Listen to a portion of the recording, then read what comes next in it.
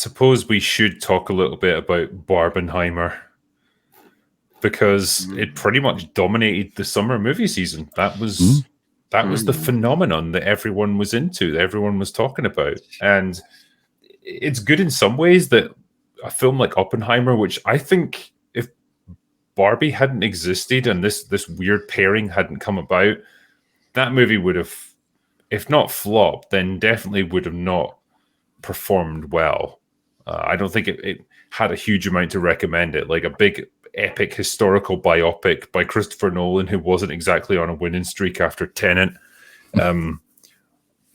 to try and release a film like that in an environment where everything else is like big budget action flicks or superhero movies, it was a tough sell, but somehow it profited immensely off Drinker, Barbie. can I be maybe slightly controversial here? So it's not like me to be controversial, is it? But I found Oppenheimer thoroughly boring.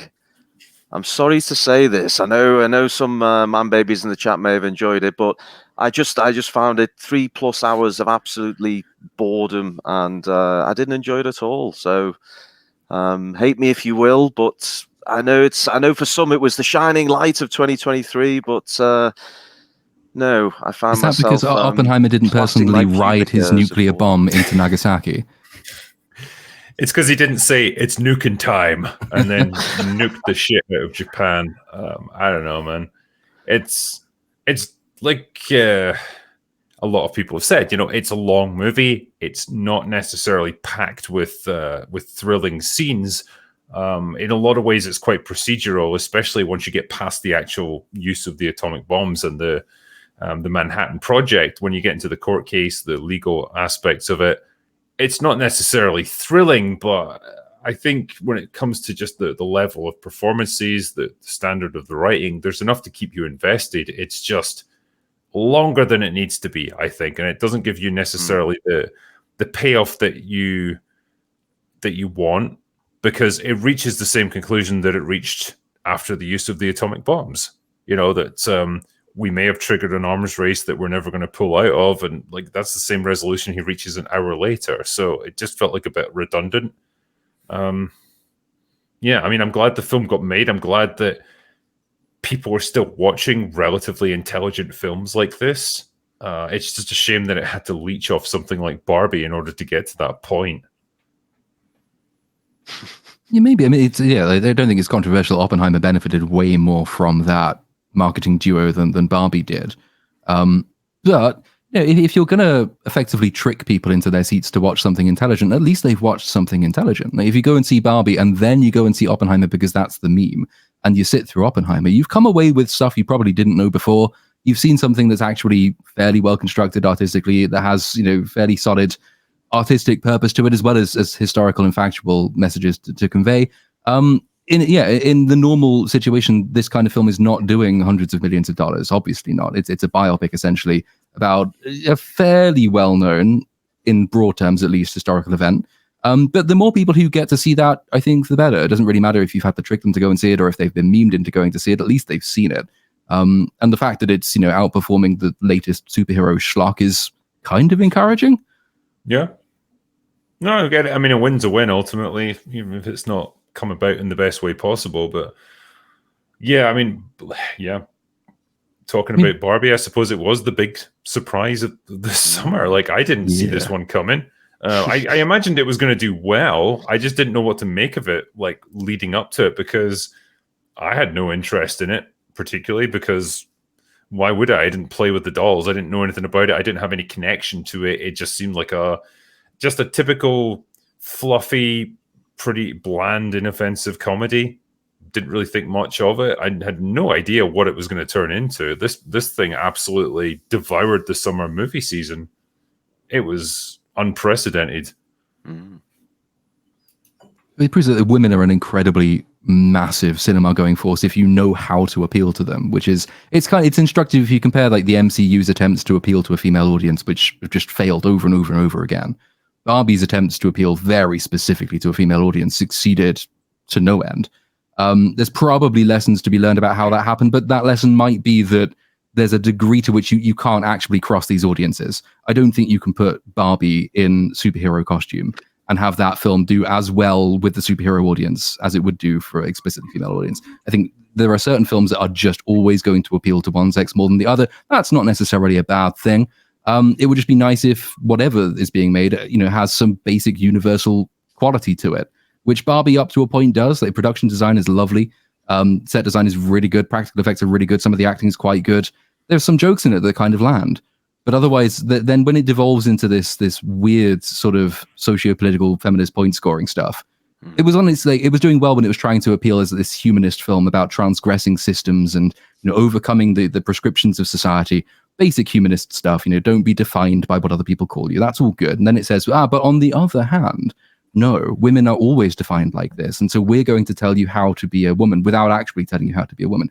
And the answer to that is, if you see happy women, then they have been brainwashed by the equivalent of smallpox, and you have to deprogram them to make them unhappy again, because women aren't allowed to be happy, apparently. That's when it becomes weird and kind of objectionable and loses a lot of the good work that I thought it had done until that point.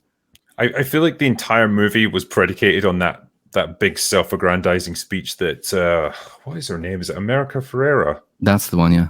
Yeah, the one that she gives about how hard women have it and how they get judged constantly, and they can't be too fat or too thin, too successful, too ambitious, whatever. And it completely missing the point that 95% of the people who create the problems for them are other women.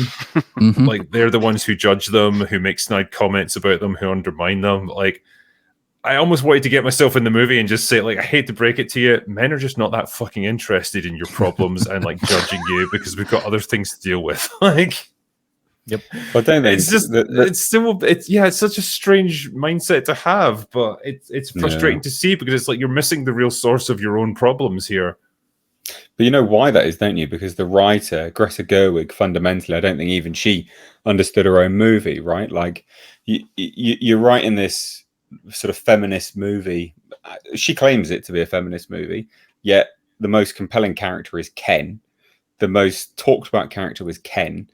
You end your movie with your lead character not choosing the matriarchy. In fact, going into the real world and going to see a gynecologist, for goodness sake.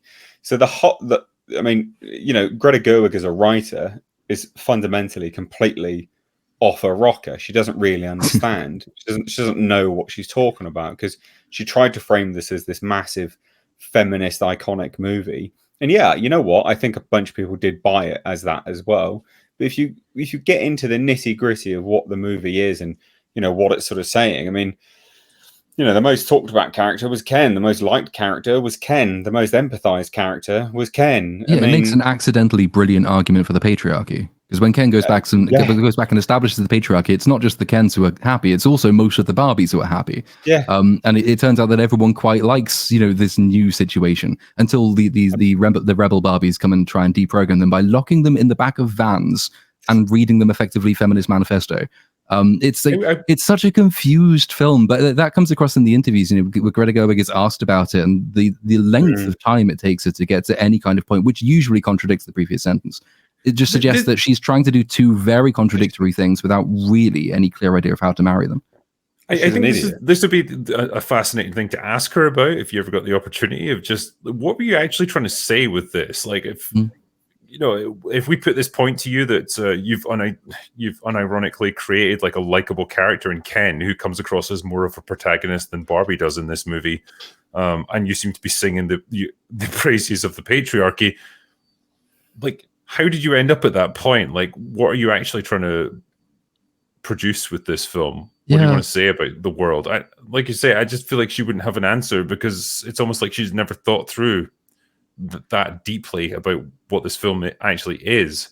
The second half of it just felt so tokenistic, because I actually think Greta Gerwig's quite a talented filmmaker, and she's done good work. Lady Bird, the first half of Barbie is kind of Lady Bird, but it's just obviously repackaged for Mattel's liking. But you have a fairly strong mother-daughter sub-arc. It's all about overcoming the stresses of motherhood and of parenthood.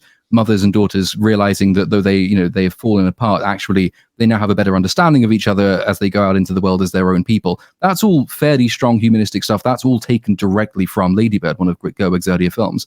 It's the halfway point when she decides to add on to that this weird, anti-patriarchy, pro-matriarchy, but not pro-matriarchy message that she loses the point. And it just felt like that she was being quite truthful to herself for about half of the film, and then she was trying to do something that she felt it was fashionable to do. And those two things never were able to be stuck together. And that's why it emerges as such a confused mess by the end. But the first half of it's got a lot to recommend it. You'll know, I think something that's actually really strangely common lately in films is the fact that directors, writers, what have you, will intentionally make a character unapologetically an asshole, forward, confident, and doesn't really care about what anybody thinks, strong, masculine, and they're supposed to be the unlikable character. They're supposed to be the character that everybody dislikes. They always paint them in a negative light, and it ends up being one of the most popular characters of each film, each TV show, like Soldier Boy and The Boys.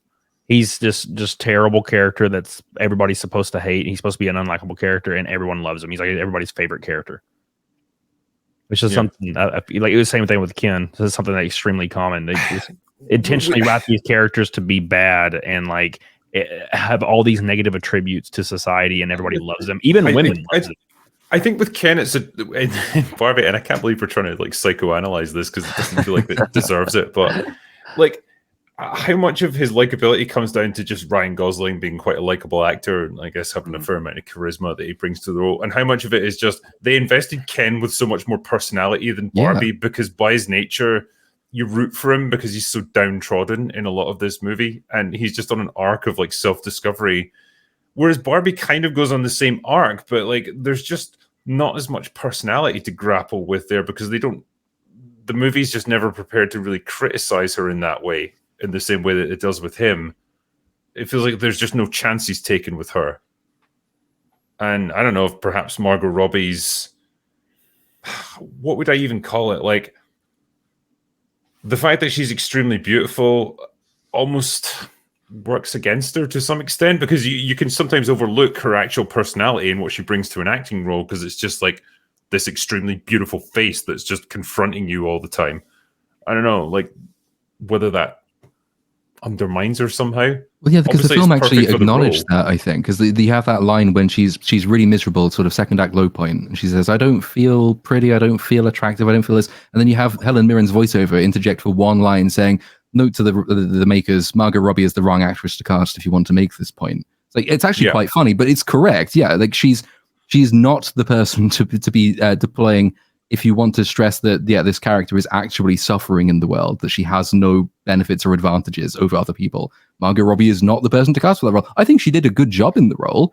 It's the role is incredibly confused and ultimately has no satisfying ending. Ken, at least, as you were saying, he has an arc. Ken actually has a character.